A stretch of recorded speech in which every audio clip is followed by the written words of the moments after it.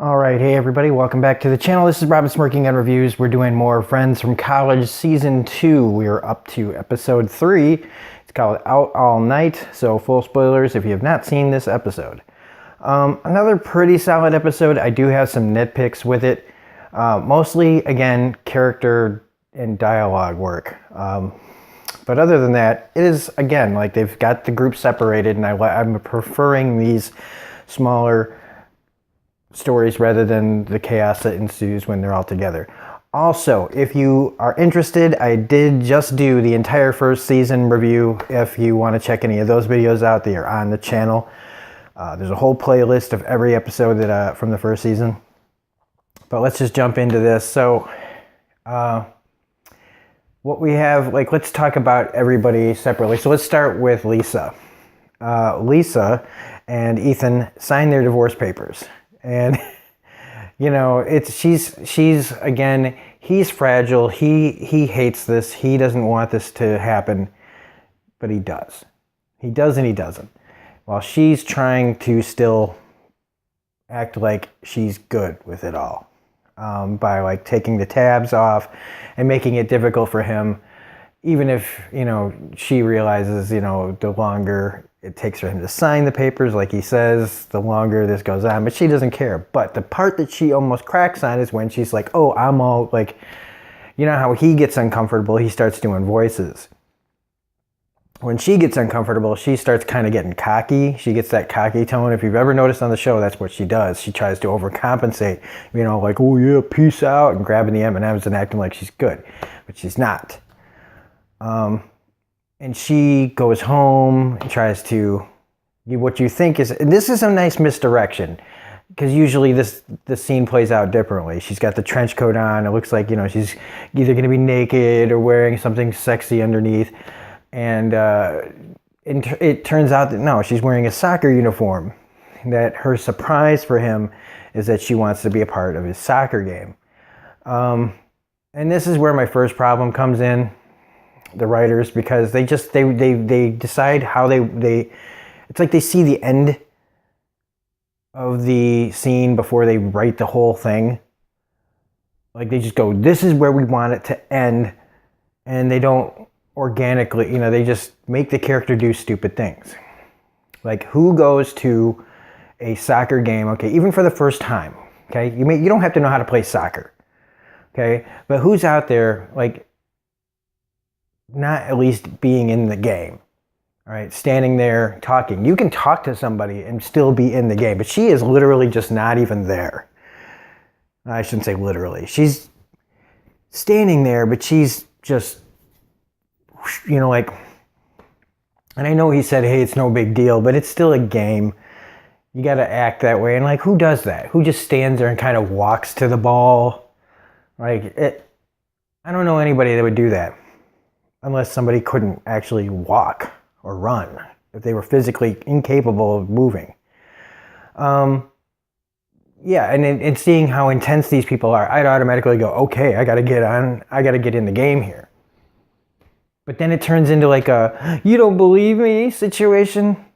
Now, I'd be pissed too if somebody just knocked me on the ground and it sounds like they're not telling you really what they want to, you know, what they need to tell you, which is like, they do take it seriously. All right, that was his fault, you know, and I would have kicked that ball. I would have picked that ball up and fucking thrown it into the water. But why would she, you know, they purposely wrote this scene just so that they could create this fake conflict.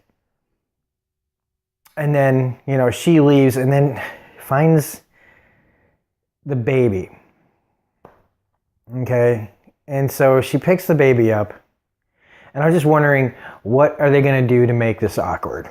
Because it has to, because that's what they do.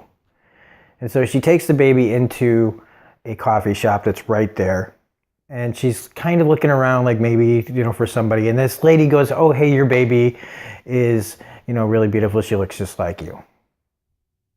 Now, I know Lisa's in a state, but no normal person, okay, even in her state, would go, oh, really? Does she? And like act like the baby's hers. She'd say, any normal person, any person except for on TV where they somehow, do they think this is how people react? I hate it when they do this. Nobody's going to pretend that that's their baby. They're going to go, no, this isn't my baby. Can you help me find whoever it is? Did you see anybody looking for a baby? No, we don't do that. We don't do that. They decide to let her be weird and make it weird for no reason than to just make it weird. Instead of having just a scene where somebody's looking for a kid, they have to create this conflict for no damn reason just to make her feel awkward. Because then the family comes in and, why didn't you wait outside? Well, hey, I didn't lose the fucking baby. At least they kind of turned it around, but like, it's like they just wanted to get to that moment where she could tell the lady, you have no, like, don't judge me. Like they had that scene. It's like they had the end of that scene figured out and they just didn't know how to get there naturally. So it's like there's a whole bunch of people with ideas that don't have any way to get from point A to point B organically.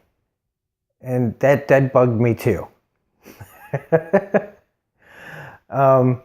And then so at the end of the episode, she gets home, because I know that she wanted kids, okay?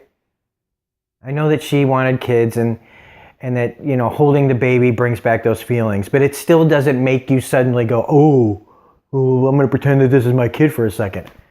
It doesn't. It doesn't do that. And that's what they were trying to do. That's what they were trying to make you think that that's why she did it. But that's still, nobody normal does that. And so when she gets home and she sees him and tells him that she wants to do IVF with him, which who am I to say what people should and shouldn't do? But it seems kind of rushed. I mean, I know it's been a year since her and Ethan took that break, but it doesn't seem like she really knows this guy very well. And I mean, that hasn't stopped people from having kids, but it just, I don't know. It feels like this is one of those situations where they have the new man in her life, they rush into a kid situation, and it probably is not going to play out right. If it does, it does, but it usually, most of the time, these things don't work out on shows. Just so that they can have more conflict later on for the character. Also, she tells him that she cheated. But he thinks it's about the soccer game and not about her and Ethan in the last episode. And then she goes, well, I told him. So now, see, why doesn't she, but they want to keep creating this long-term conflict now. So she can have it either thrown in her face with just her to know that she didn't physically go in there and tell him what she really meant. Just, you know what I mean? Like they're going to have some way for that to come back on her. Like some sort of karma. So I don't know. The other part of this is Max and Ethan. Max wants Ethan to go on a date with this girl, this client of his, and Ethan doesn't want to do it. And again, it's like the characters are fighting the story. Because Ethan knows what's going to happen. We know what's going to happen. Max, for some reason, doesn't. But the people that wrote this, the people that make the show, want this to happen. And so it's just like it feels like if you want to do a story where Ethan has an awkward date, right? Have it where he just meets somebody and they kind of have this conversation and it just gets weird. Like people do just run into each other and they have a moment and sometimes it works out and sometimes it doesn't.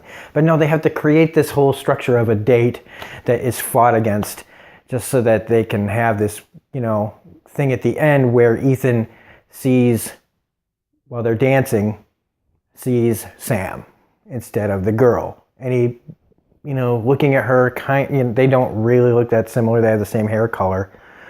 But can't get past the fact that he's still in love with Sam. So, again, we know we're kind of where this will probably head to. And he tells Max, hey, look, I wasn't ready to go on a date. And then he's like, yeah, I guess you were right. And it's like, we had to watch this whole thing just so that we could all come to the same conclusion that we had at the beginning. I'm having problems with it. All the acting is good. Everybody's doing a good acting job. So now we get to Nick is supposed to go over to what is her name? I can't remember her name. Melanie, played by Sarah Chalke.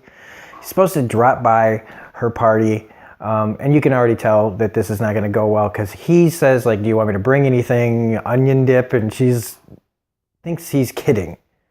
But he's not, because Nick's not from this upper crusty world that she's from. Even though he has he's well off. But he's not like, she, frou, kind of thing. So like she jokes back like jalapeno poppers, and he's like, oh, okay. Like, but he means it. Like, oh, he'll bring jalapeno poppers.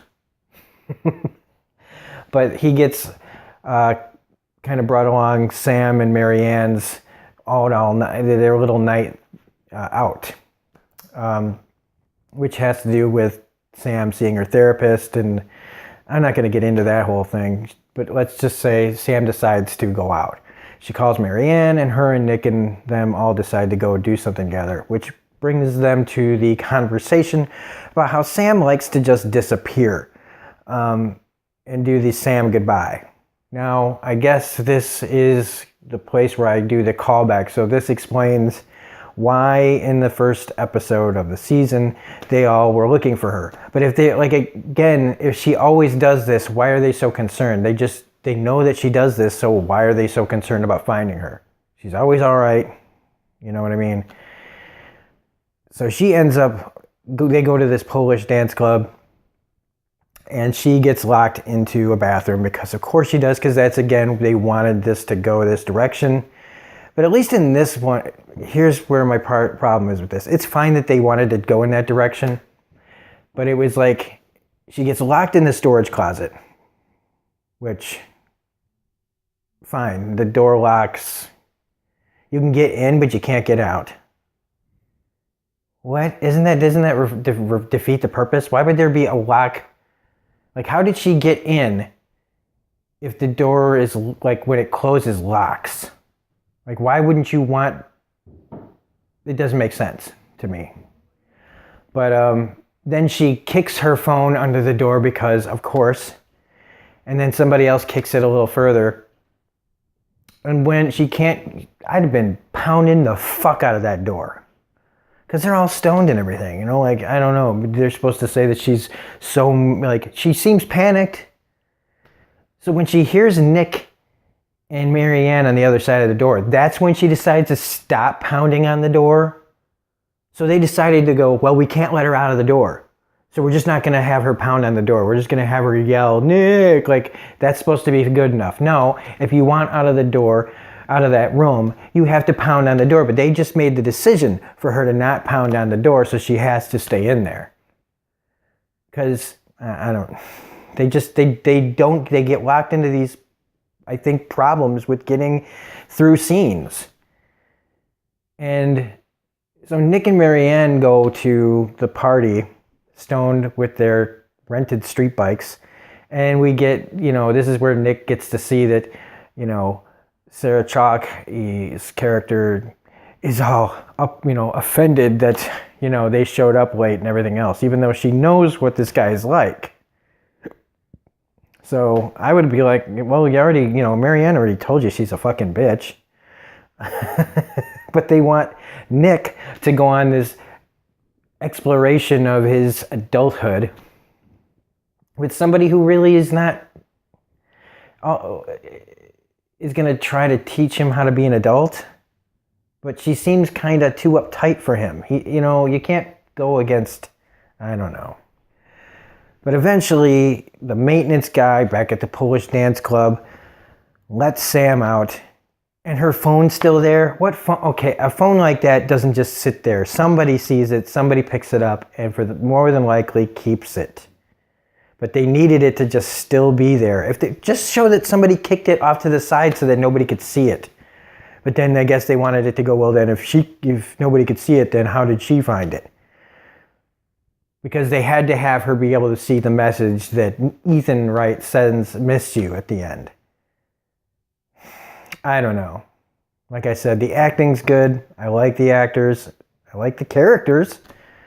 But the people that are behind this show, man, they really don't know how to write anything that isn't forced manufactured so far. So while I do still like the fact that they are keeping the characters from getting too together and giving them their own unique paths to go on, just there's some problems still with this. And anyway, that's it.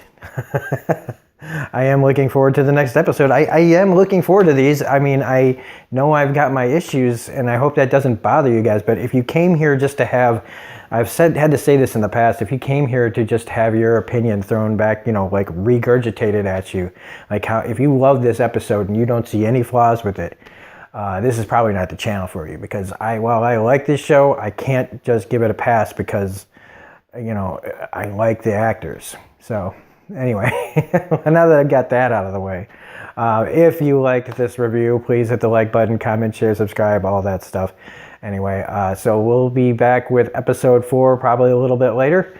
Otherwise, this is Rob at Smirking Gun Review saying have a great day, and we'll see you next time.